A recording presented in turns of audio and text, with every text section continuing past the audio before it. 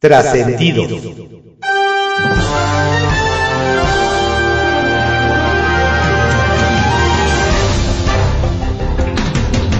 Continuamos con la audiosíntesis informativa de Adrián Ojeda Román, correspondiente al jueves 20 de julio de 2023. Demos lectura a algunos trascendidos que se publican en periódicos de circulación nacional.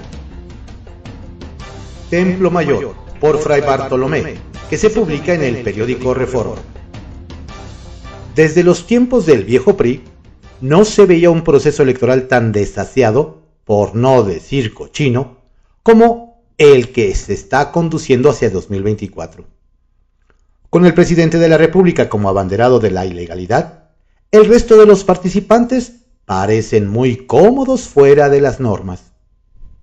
Muchas veces dijo Andrés Manuel López Obrador que la corrupción se barría como las escaleras, de arriba hacia abajo. Y así, justo, es como están cayendo en cascada las irregularidades de la próxima elección presidencial, con un jefe del Ejecutivo utilizando todo el poder del Estado para manipular a los votantes y atacar a los adversarios. Y sigue hacia abajo, un partido gobernante que actúa sin más escrúpulos que el de tener el gobierno, con unas corcholatas que gastan los millones de pesos que supuestamente no tienen, con gobernadores apoyando de forma descarada a sus morenistas favoritos o a varios por si se ofrece, y para colmo, con un frente opositor queriendo copiar los mismos vicios de Morena. Muy a tono con el estreno de la película Barbie, el senador Eduardo Ramírez pintó color de rosa su explicación sobre el lujoso penthouse que ocupa en Polanco y cuya propiedad es un misterio. Según el morenista, él únicamente lo renta a una empresa, pero no sabe nada sobre ella. Curioso, ¿no? Sobre todo porque él mismo reconoce haber vivido en ese mismo inmueble un par de años antes. Y lo más curioso es que Ramírez se niegue a dar a conocer cuánto paga de supuesta renta. El asunto es de interés para la República por una sencilla razón. Eduardo Ramírez es coordinador de la bancada mayoritaria en la Cámara de Senadores. En ese sentido, resulta fundamental despejar cualquier sospecha sobre posible tráfico de influencias de parte del legislador. Para muchas empresas o cabilderos resultaría sumamente útil prestarle el departamento al senador en pago de eventuales favores recibidos. La otra posibilidad también es para preocuparse. Si el senador es el dueño del penthouse, ¿por qué esconder su propiedad y sobre todo, por qué falsear la información sobre la empresa que lo maneja? Tal vez el próximo lanzamiento de Barbie sea el Ken legislador, que viene con depa en Polanco, Suburban, anuncios espectaculares, guaruras. Vaya terremoto en la Universidad de Stanford. El prestigiado neurocientífico Mark Tessier Lavinch tuvo que renunciar como rector tras confirmarse que hubo irregularidades en algunas investigaciones científicas en las que participó. Al enterarse del escándalo académico, la ministra Yasmín Esquivel comentó: ¡Uy, qué delicados! Bajo reserva, que se publica en el periódico El Universal. ¿Un puñal para Xóchitl Gálvez en el mensaje? Para muchos, la escena en la que el senador de Morena, Gabriel García, reventó un globo con la figura de un dinosaurio que hacía referencia a la senadora panista Xóchitl Gálvez, quien busca la candidatura opositora a la presidencia de la República, fue un dato de color. El pueblo de México va a ponchar a esta botarga corrupta, dijo desde la tribuna del Senado, mientras, con una aguja tomada como si fuera un puñal, el senador hacía un hoyo en la cabeza del dinosaurio y luego, con otro movimiento similar, reventaba el cuerpo de la figura. Y remató el acto gritando: ¡Muera la corrupción! Sin embargo, nos explican que la acción de don Gabriel, otrora uno de los hombres más poderosos de Palacio Nacional y de mayor cercanía al presidente López Obrador, no tiene nada de colorida o simpática, y sí mucho de violencia y agresiva. En realidad el mensaje que los morenistas quieren transmitir es que se debe ponchar o apuñalar a Xóchitl Gálvez. ¿Esa es la manera de vencer a los adversarios políticos? ¿No es delicado que en una sociedad con tan altos niveles de violencia contra las mujeres, un senador de la República diga que a una adversaria hay que acabarla clavándole una aguja o un puñal? Si usted no vio el video, obsérvelo y piense si es o no un acto de violencia. López-Gatell: cuentas no, apapachos sí. El subsecretario Hugo López-Gatell no tiene tiempo ni ganas de acudir a la Cámara de Diputados. Y en la última convocatoria que le hicieron los legisladores para que el pasado martes asistiera a una mesa de trabajo, ni siquiera les contestó. Sin embargo, no señalan que para lo que sí tiene tiempo el funcionario federal es para asistir a asambleas populares con seguidores de Morena, como a la que irá mañana en Iztacalco a las 17 horas. ¿Será que el ocupado don Hugo sí tiene tiempo para acudir con simpatizantes de partido oficial? ¿O será que en esa reunión no le pedirán cuentas por la gravedad de eliminar algunas normas oficiales mexicanas para la atención de diversos cánceres y enfermedades, ni le hablarán de los pendientes por sus fallas estratégicas durante la pandemia? En esa asamblea lo que se espera es que haya abrazos y no reclamos, y que alguno que otro le solicite una selfie o un autógrafo. Por el bien de todos, primero el cheque.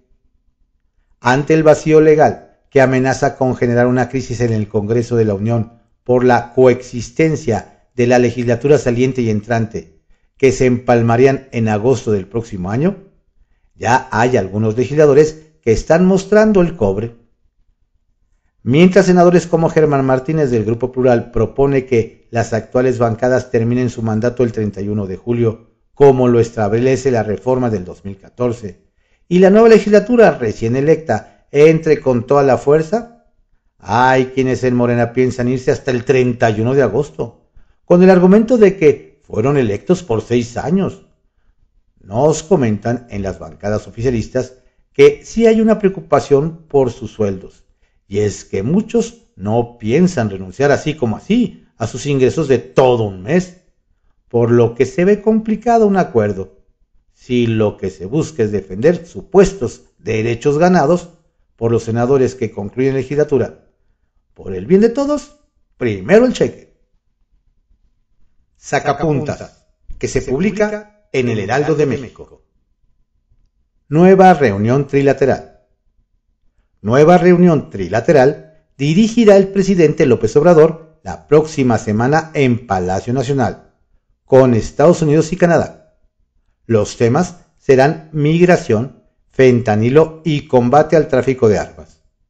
La delegación mexicana la encabezará la secretaria de Seguridad Rosa Isela Rodríguez, y la parte estadounidense estará liderada por Elizabeth Sherwood Randall, asesora de la Casa Blanca. Falta por confirmar quién viene del gobierno canadiense. ZOE se compromete. Seguimiento personalizado está dando el director del IMSS, Zoé Robledo, al caso de Aitana, la menor que murió prensada en un elevador de una clínica en Quintana Roo. El funcionario se reunió con los padres de la niña y se comprometió a que habrá justicia, además de que la familia tendrá apoyos económicos y educativos. Sansores, a lista de violentadores. Al Registro Nacional de Personas Sancionadas en materia de violencia política contra las mujeres en razón de género, mandó directito el Tribunal Electoral a la gobernadora de Campeche, Laida Sansores. Esto porque se ratificó que vulneró derechos de legisladores a quienes amagó con ventilar fotografías íntimas. Germán el queda bien. Resulta que otra vez el senador Germán Martínez fue bateado diplomáticamente por andar de queda bien. anduvo llamando a los candidatos del Frente Amplio por México a declinar por Xóchitl Gálvez, pero ella misma refutó. Creo que no se deben bajar. Tenemos que hacer nuestra lucha cada uno. Todo mundo tiene derecho a tener una aspiración legítima. Se lo dijo Corral. El exgobernador de Chihuahua, Javier Corral, anda despotricando contra el Frente Amplio por México, que armó su partido el PAN con el PRI y el PRD. Lo que no sabía es que una de sus interlocutoras lo balconearía. La exsecretaria de Economía, Tatiana Cloutier, dio a conocer que platicó con el exmandatario sobre la vergüenza del frente opositor. Trascendió que se publica en el periódico Milenio. Trascendió que el próximo jueves el presidente Andrés Manuel López Obrador realizará una gira relámpago a Durango, luego de su conferencia matutina. Estará en San Juan del Río para encabezar la ceremonia por el centenario luctuoso de Francisco Villa en la ex hacienda La Coyotada, al tiempo que familiares del héroe nacional aceptaron realizarse pruebas de ADN para cotejarlos con los restos que yacen en el Monumento a la Revolución y terminar de una vez por todas con las dudas de que no se trata del Centauro del Norte. Trascendió que Marcelo Ebrard no desiste en su intención de debatir sus propuestas de seguridad denominada Plan Ángel, pero ante la imposibilidad de hacerlo con sus compañeros aspirantes de la 4T, lanzó ahora el reto a la casa de enfrente, específicamente a su contrincante Xóchitl Gálvez.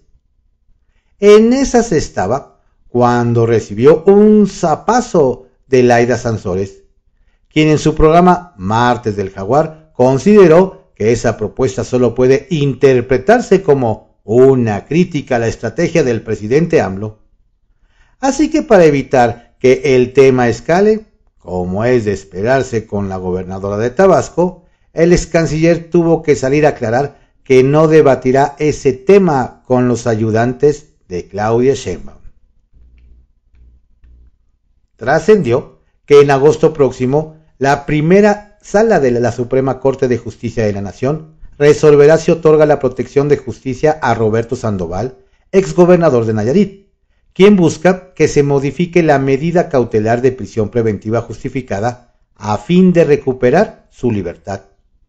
El exmandatario estatal pretende desde hace tiempo esa prerrogativa, pero se antoja complicado, pues existen acusaciones graves del gobierno de Estados Unidos de estar vinculado con el cártel Jalisco Nueva Generación. Veremos qué deciden los ministros. Trascendió que el accidente en la mina de Sabinas, Coahuila, que dejó un saldo de 2 muertos esta semana, no pudo llegar en peor momento, pues además de que se confirmó que el pozo trabajaba en la ilegalidad, ocurre a unos días de que se cumpla un año de la tragedia de El Pinabete, que cobró la vida de 10 mineros y justo antes de que la CFE terminara de colocar los tapones hidráulicos para evitar inundaciones en las galerías y así acelerar la recuperación de cuerpos. Más aún, este hecho se dio casi al mismo tiempo en que Laura Velázquez, coordinadora nacional de Protección Civil, se encontraba reunida con familiares de trabajadores para comunicarles los avances. Confidencial, que se publica en el periódico El Financiero. Detrás del fallo del tribunal. El fallo de ayer del Tribunal Electoral del Poder Judicial de la Federación pareciera dar manga ancha a las corcholatas y a los aspirantes de oposición para continuar con sus actos de no precampaña anticipada como si nada. Pero lo cierto es que la orden de los magistrados al INE de emitir lineamientos generales para regular y fiscalizar estos y todos los procedimientos partidistas de carácter similar puede por fin poner orden. Veremos si el INE toma cartas en el asunto o hace como que la Virgen le habla. Xóchitl demanda a Vilchis. La senadora panista y aspirante presidencial del Frente Amplio Xóchitl Gálvez, entre todos los recursos legales que alista en contra del Ejecutivo, incluirá una denuncia más, pero esta vez contra Elizabeth García Vilchis, quien encabeza la sección ¿Quién es quién en las mentiras?, en la mañanera. Resulta que, de acuerdo con la legisladora hidalguense, al referirse a ella como la señora X, se continúa desde Palacio Nacional sin acatar las medidas cautelares planteadas por las autoridades electorales. INE, en busca de más autoridad. Los consejeros electorales tuvieron ayer una encerrona para seguir analizando propuestas de presupuesto 2024 de cada una de las áreas a fin de lograr una petición que sea lo más austera posible. Claro, el INE de Guadalupe Tadei tiene que seguir demostrándole al Ejecutivo Federal que lo de la nueva etapa en el instituto va en serio. Tirantes para diputado discapacitado.